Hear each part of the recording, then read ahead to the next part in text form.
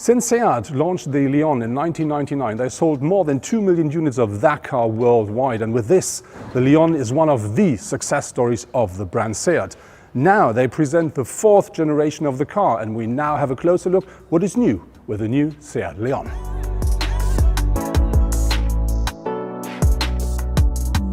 Looking at the front of the Seat Leon, the car now is 1.80 meters in width, and this is about 17 mm less than the predecessor, but it doesn't look smaller or less wide, and there are some good reasons for that. So one is the new grille.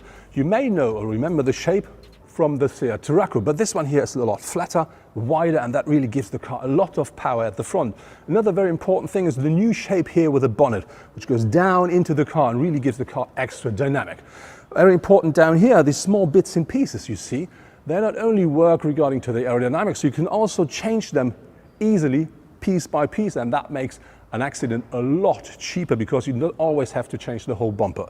But I think more important are the new headlamps. They're a bit more deep into the car, which gives the car a bit more an aggressive look from the front.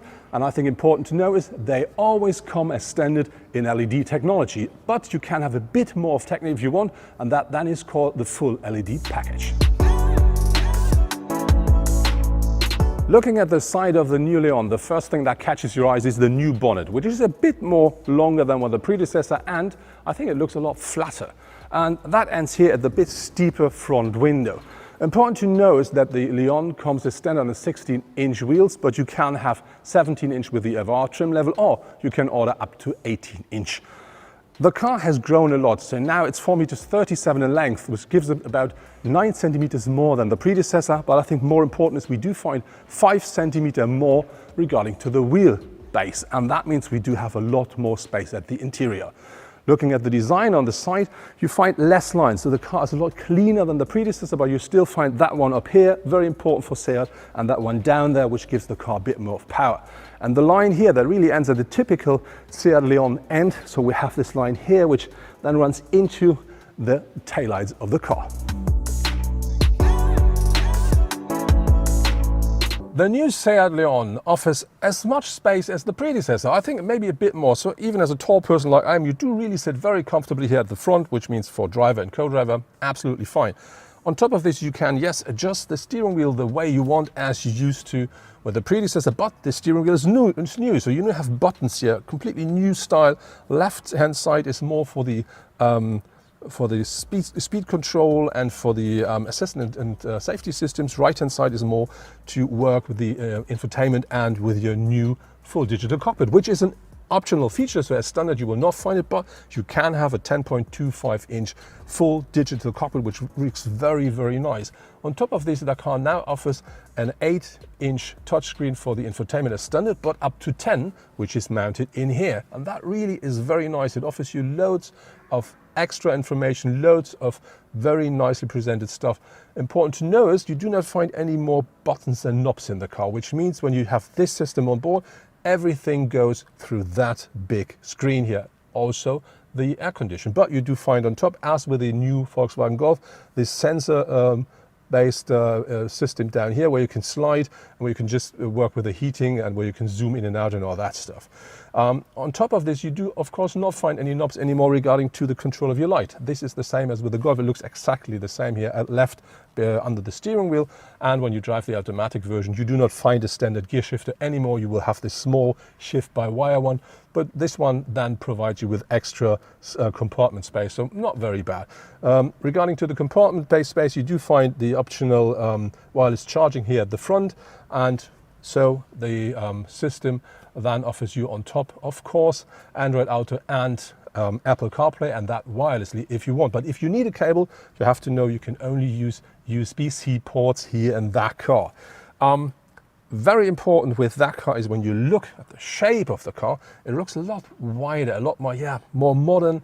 And this one reason for that is because the whole dashboard runs into the side of the car. So it really runs into the door panels, and that really gives you the impression of a very modern, very, very wide and very nice car. And another thing which is very new is you find in that car a completely new voice recognition, which gives you the opportunity to talk to your car.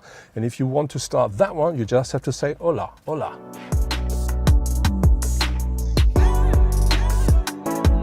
Another new thing is that you will find a proper ambient light now in the car. And this is not only the light that runs around you and gives you this illumination, it also works together with the assistance systems, which means, for instance, if you want to change lane and there's somebody aside of you, then that signal will not only come out of the window, out of the rearview mirror, it also will come with these, with the flashing or a change of the color of these ambient light. So I think that's a very nice idea. When the Leon hits the market, there will be a whole variety of different drivetrains available. So you will find petrol as well as diesel, you will find mild hybrids, you will find natural gas, and you will find a plug-in hybrid as well. Important to know is that the smaller petrol engines, so the 1 liter and the 1.5 liter, they offer an active cylinder management, which will save fuel. Then on top you will find the mild hybrid, which works with a 48 volt technology, and that will save fuel as well. I think very important also to know is the CNG, so the natural gas version, which offers you a pure gas range of more than 400 kilometers. And then there is the plug-in hybrid version, and with that one you can drive up to 60 kilometers and even more on electric energy only.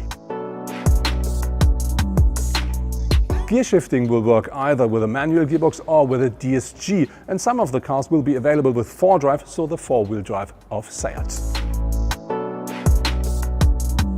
The Leon is a very charismatic vehicle. It worked perfectly in the market. Even now, it's still leader of sales in Spain. So we had the reasons to keep a little bit the soul, but obviously design has to evolve. So basically we have changed a lot of things, basically everything, but keeping a few elements that remind this iconicity of Leon. The first thing that changes is the proportion of the car. When you see it from the side view, the car has dramatically changed. The hood is much longer than before. Now it's pretty vertical, almost negative at the front. The cabin is a little bit backwards. A pillar has been moved backwards, but we keep the typical seat triangle of the C-post at the back. So this talks very much about Leon. Another thing that you will see, like a kind of connection with today's Leon, is the body language. We have our character lines on the side. Basically 3 lines define the whole body side, the 2 blisters on the top and 1 on the bottom. That's it. With that, we design the body side of the Leon. But this time it has become much more sculpted, less theoretical. Now everything is like one surface, soft surface moving along the body, and not so theoretical as today. So basically a lot of things change, but everything is new. On the interior is the same. We keep the central item or the central motive of the design with the infotainment screen. It is always high position, oriented towards the driver, like we like it at SEAT, perfectly aligned with the digital combimeter, but we redefine how we integrate this screen into the interior of the car with a very thin and very wide dashboard, high console. So again, same concept, but completely different design approach. So as you see, I've entered the rear seats, and I have to say, really, there is a lot more space. So as you can see, I didn't change my seating position at the front, and here I really have space left in front of my knees. And yeah, when I sit upright, I really do have head space left. So I have to say, the comfort on the second seat row here has really grown a lot. So this really is a big difference. Looking at the rear of the car, the first thing that really is the big eye catcher is that. We have a light here going from coast to coast. This is full LED, and when you look at that, that runs around here. So this now is the new SEAT signature when we talk about the tail of a SEAT. Very important to know is when you open your car, that really gives you a welcome. You have just the glue that runs in that direction. That really is something very nice and looks absolutely beautiful. But I think very important to know is that doesn't come as standard. So you have to pay extra, or you have to have a higher trim level to get that signature. When you look at the rest of the car, this is a typical SEAT Leon shape. So really the typical proportions, we have this very nice rear bumper here. We have this typical arch here. And because of the FR version, we do find 2 big exhausts, but fake. But I think very important with that car, when you look at the tail, is that you do have the SEAT logo, which is the door opener, but more important is you find the new SEAT Leon signature, and this now is like handwritten. And I think this is something you may find with other Seat cars in the future as well. But when we stand here, now let's have a closer look into the boot. The new Seat Leon now offers 380 liters of maximum boot capacity with the rear seats up. That's the same as with the predecessor, but when you fold down the seats, thanks to the new wheelbase, that car then features 1,301, which is about 90 liters more.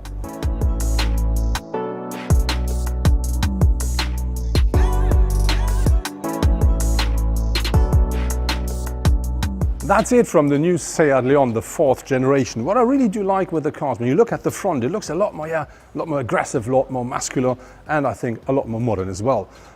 When you look at the interior of the car, we do now find a digital cockpit, which I really do like a lot. We do find an up to 10-inch infotainment, really very nice, loads of new functions, loads of very easy to get used to stuff. And this car then doesn't feature any knobs anymore. I'm not sure if I will be a big fan of that, but maybe I just have to get used to. When we look at the rear seats, you do find a lot more space with these 5 centimeters more wheelbase, and that really is the extra comfort. Looking at the boot, it is in principle the same, except you fold down the rear bench.